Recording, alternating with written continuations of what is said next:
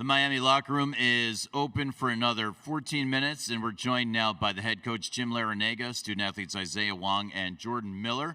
We'll ask Coach for his statement, then we'll take questions for the student-athletes from Miami. Well, I thought Connecticut got themselves off to a great start, making their first 3 threes, leading 9-zip.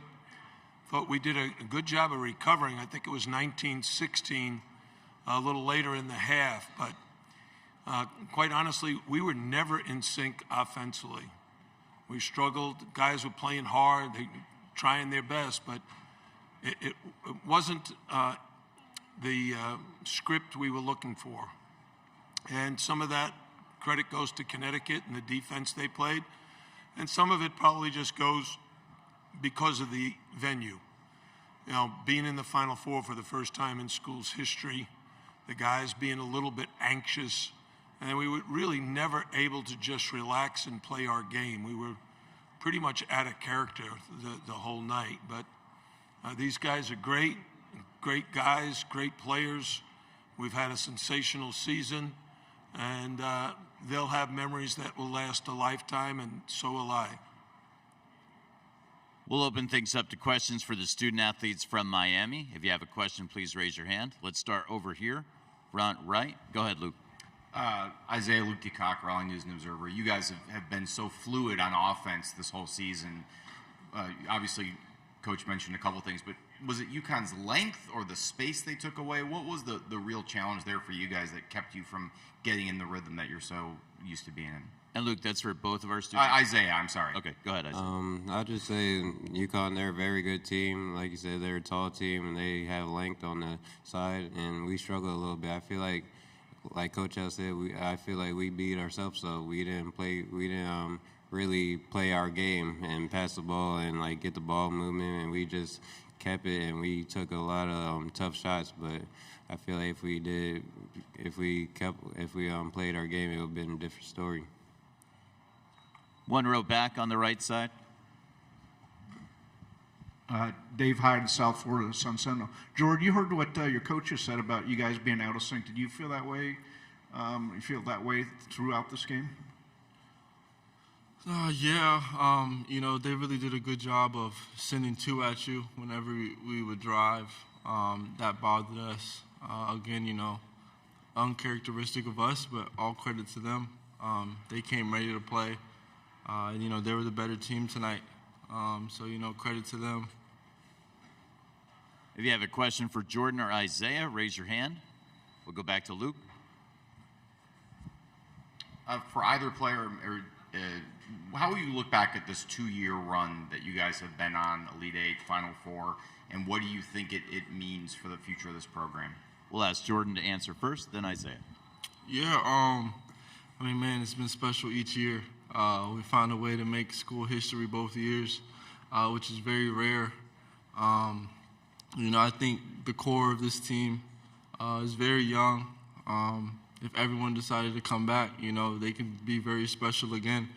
We just try to build what every Miami basketball team should try to reach each season. I think we did a good job of laying down that foundation. Obviously, it didn't end out the way we wanted it to, but regardless, at the end of the day, if you make history, school history, you're a winner in some shape or form.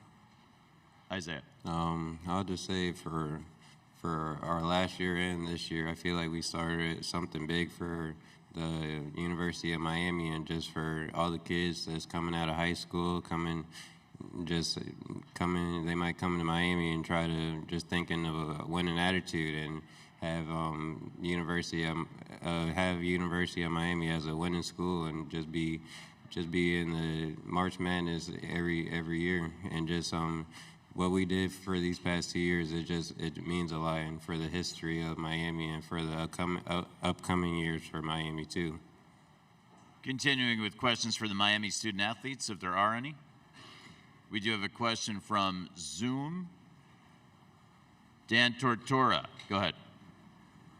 Dan Tortora, wakeupcalldt.com. For both student athletes, Coach Larrañaga kind of took you guys to the side and put his arms around you during the game. Just what you can say about what he has meant to you personally on and off the court and maybe what the message was during the game when the time was ticking down. Jordan first, please, then Isaiah. Yeah, I mean, Coach L, man, the legend. He's been very special to me. Not only is he a coach, you know, he's a teacher, he's a leader. You know, he's taught me things about basketball. He's taught me things about just being a man in general. And to address, you know, that final situation, you know, he just told us he loved us. He was proud of us. Yeah. Isaiah. Coach L, he's a great person to be around on and off the court. You know, he helps. For me, I say this every time. He helped me throughout my 4 years of college, and he just always been there for me. And I feel like he got me to this point, and he just been helping the team too. And he loves us all as a person and off the court. He always calls to check up on us, and he always just try to calm people down when we're stressed out. And he's just a great coach. Like Jordan said, he's a legend, and he's going to keep on improving it with these upcoming years. Is there a final question for Jordan or Isaiah? With no more questions, we want to thank Isaiah and Jordan for joining us here in the main interview room. Congratulations, fellas, on a great tournament and a great season. Yeah, thank you. Jordan and Isaiah are going to return to the Miami locker room. It's open until 11:04 here, local time.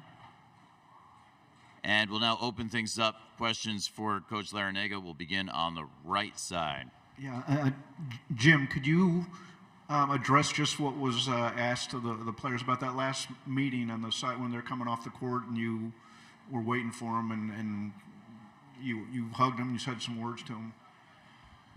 Well, I don't know the exact words, but they got the message that I was so proud of them, that I loved them, that I've really just been on a magic carpet ride with these young men.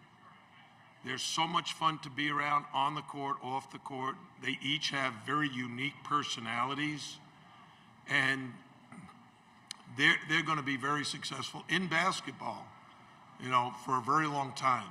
Because all these guys are really good players. We didn't play that well today, and what I told the guys afterwards was simply that I used to watch a show growing up called Wide World of Sports. You remember it, Dave? And the theme going into the show was the thrill of victory or the agony of defeat. And I said we experienced both. You know, last weekend it was the thrill of victory and accomplishing something that Miami had never done. You know, even last year, we got to the Elite Eight. We were not able to move forward. This year we did. But today was the agony of defeat. You know, the guys this will last a long time. You know, they'll have great memories, though, of the entire season. Some of the great wins that we had. And I've told them all along that these memories last a lifetime. You'll be telling your grandchildren about it one day. If you have a question for Coach Larrañaga, raise your hand. Let's go up front. Hi, I'm Amon Kidwai with SB Nation. UConn's Adama Sanogo has been having a really good NCAA tournament, had another really good game today. What was your game plan for trying to stop him, and how did he better that? You couldn't tell? Obviously, what we tried to do, not only it didn't work, I couldn't even recognize it. You know, I think, again, offensively we were out of sync, but defensively we were too. Everybody was playing so hard to guard their man, there was no help like we intended. And so they threw it over the top. He got a layup. They ran a ball screen. He rolled. He scored in that situation. He got offensive rebounds. He was blocking us out. So he's a terrific player. I think he earned all of his points, but I think we could have done a significantly better job on him if we could have executed our game plan. Some of it may have had to do with them making 3 straight threes to start the game, that the guys were like, wait a minute, these guys are on fire, so we stretched our defense out, which opened up things for him. We'll go to the second row. Michelle. Michelle Kaufman, Miami Herald. Jim, first of all, congratulations on a great season. Did you have a feeling from the start of the game or before the game that things were going to be a little off, or did you have the feeling that the team had the same exact energy as they had had for the previous few rounds? You know, in our team meeting last night, I tried to get the guys to understand that the expression mental is to physical is 4 is to 1, that the mental preparation, mental and emotional, has to be consistent with the way we've prepared for every game. And I think they listened, but you could really tell that mentally and emotionally we were not together. All season long, we've been so well connected offensively, sharing the ball, being one of the most efficient offensive teams in the country. You know, what did we score today? 59. Is that our low for the season? It's just, we were just out of character. And I think the stage that we were playing on was so huge that every guy wanted to play so hard that they forgot how we play, which is really smart. And we didn't execute what we planned to do at either end of the floor. And Connecticut deserves a lot of credit for that. They were terrific. 3 straight threes, got Sonogo involved early, often. He had like 13 at the half. So we're trying to figure out at every timeout what to do. And I think at halftime there was a very clear message. One of our players wrote on the grease board, share the ball, because that's been our message all season long.